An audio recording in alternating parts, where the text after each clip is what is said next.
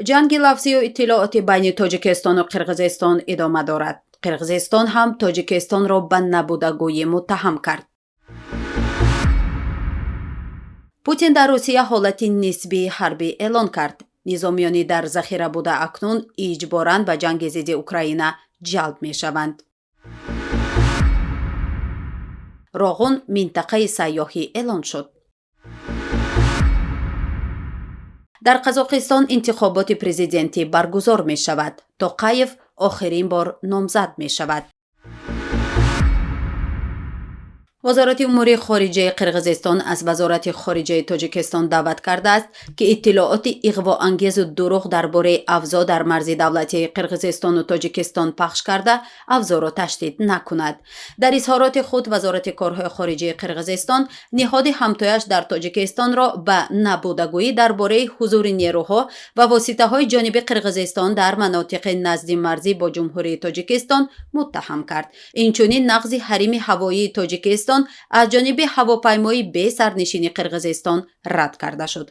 وزارت کارهای خارجه قرقیزستان گفته است که تا 21 سپتامبر سال 2022 جانب قرقیزستان تمام بندهای پروتکل اخیر بین کمیته دولتی امنیت ملی دو کشور به امضا رسیده را اجرا کرده است.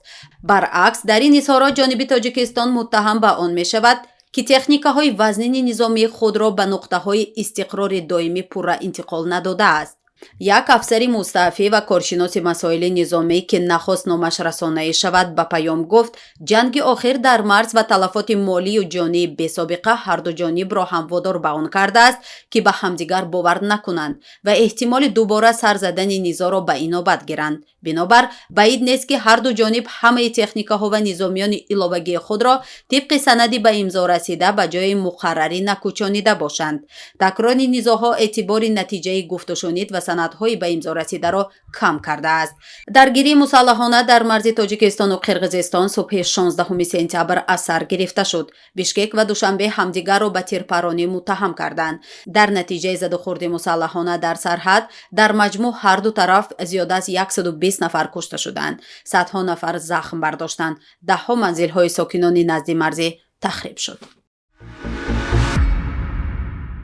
پرزیدنت روسیه ولادیمیر پوتین ضمن مراجعت خود به شهروندان روسیه اظهار داشت که در کشور قسماً سفربرکنی هیئت ذخیره‌های حربی اعلان می شود که از 21 سپتامبر آغاز می گردد.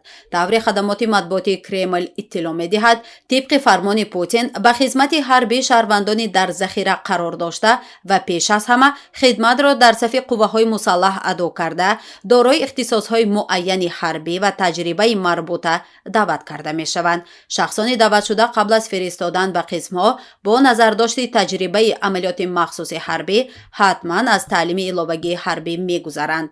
سرور دولت روسیه ذکر کرد که شهروندان زمان موبیلیزاسیون به خدمت حربی دعوت شده یک مقام معین را صاحب شده طبق قرارداد پیش بینی شده به آنها حقوق پرداخت کرده می شود. قسمان سفربرکنی هیئت ذخیره‌های حربی را پرزیدنت روسیه یک قدم ضروری فوری برای حفظ صاحب اختیاری، امنیت و تمامیت ارضی کشور نامید. پوتین گفت مقصدهای کشورهای غرب ضعیف و از هم جدا کردن و از بین بردن مملکت ماست. آنها آشکارا میگویند که در سال 1991 توانستند اتحاد شوروی از هم پاش دهند و حالا وقتی آن رسیده است که روسیه به بسیار منطقه های جنگ زده تقسیم شود. اما کارشناسان به اینند که اعلان موبیلیزاسیون حربی در این شب و روز دو سبب دارد. اول اینکه قدرت نظامی روسیه در جنگ با اوکراین نهایت کاهش یافته، تعداد نظامیانش نیز به مراتب کم شده است و می‌خواهد این را جبران کند. سبب دوم این است که از پی ناکامی روسیه در جنگ با اوکراین در بین جامعه نارضایت را به میان آورده است که می‌تواند سبب تظاهرات بزرگ در سراسر روسیه باشد.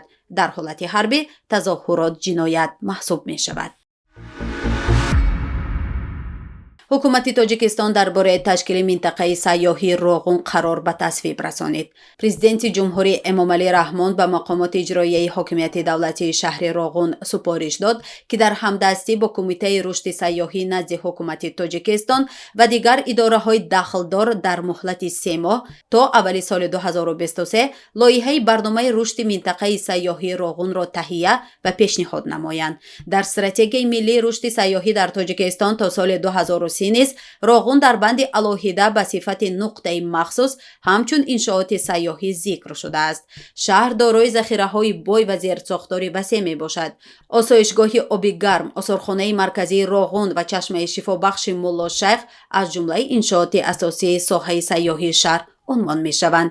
Минбаъд пас аз анҷоми сохтмони нерӯгоҳи барқи оби роғун сайёҳонро метавон ба тамошои сарбанд ва обанбори нерӯгоҳ ҷалб намуд. дар қазоқистон интихоботи президентӣ пеш аз муҳлат мешавад. ҳатто рӯзашро ҳам маълум карданд. интихобот ба рӯзи 20 ноябр таъин шуд. фармон дар ин бораро президенти ин кишвар Қосимҷомарт Тоқаев имзо кардааст. бар асоси ин фармон комиссияи марказии интихобот ва райпурсӣ муваззаф шуданд ки омодагиҳоро ба баргузории интихобот оғоз намояд. маврид ба зикр аст ки масъалаи баргузории интихоботи пеш аз муҳлат ва таъйини ваколатҳои 7-солаи президентро Тоқаев аввали моҳи равон зимни ирояи паём ба парлумон баён дошта таъкид намуд ки як нафар наметавонад беш аз як бор президент интихоб шавад. парлумони Қазоқистон 16 сентябр тағйирот ба конститутсияи кишварро дар ин бора қабул кард. Тоқаев зимни шарҳи ин тасмим инро ба манфиати давлат арзёбӣ кард. Тоқаев гуфт: барои ман манфиатҳои давлат аз ҳама болотар аст. аз ин ро омодаам ки муҳлати ваколатамро кӯтоҳ карда ба интихоботи пеш аз муҳлати риёсатҷумҳурӣ равам. ёдовар мешавем ки 19 марти соли 2019 президенти он вақтаи Қазоқистон Нурсултон Назарбоев аз мақоми роҳбари давлат истеъфо дод. аз 20 марти соли 2019 бар асоси конститутсия раиси Сенат Қосимҷомарт Тоқаев раисҷумҳур шуд. дар моҳи июни ҳамон сол интихоботи ғайринавбатии президентӣ баргузор шуд ки дар он оқои Тоқаев бо натиҷаи 70.9% оро пирӯз шуд.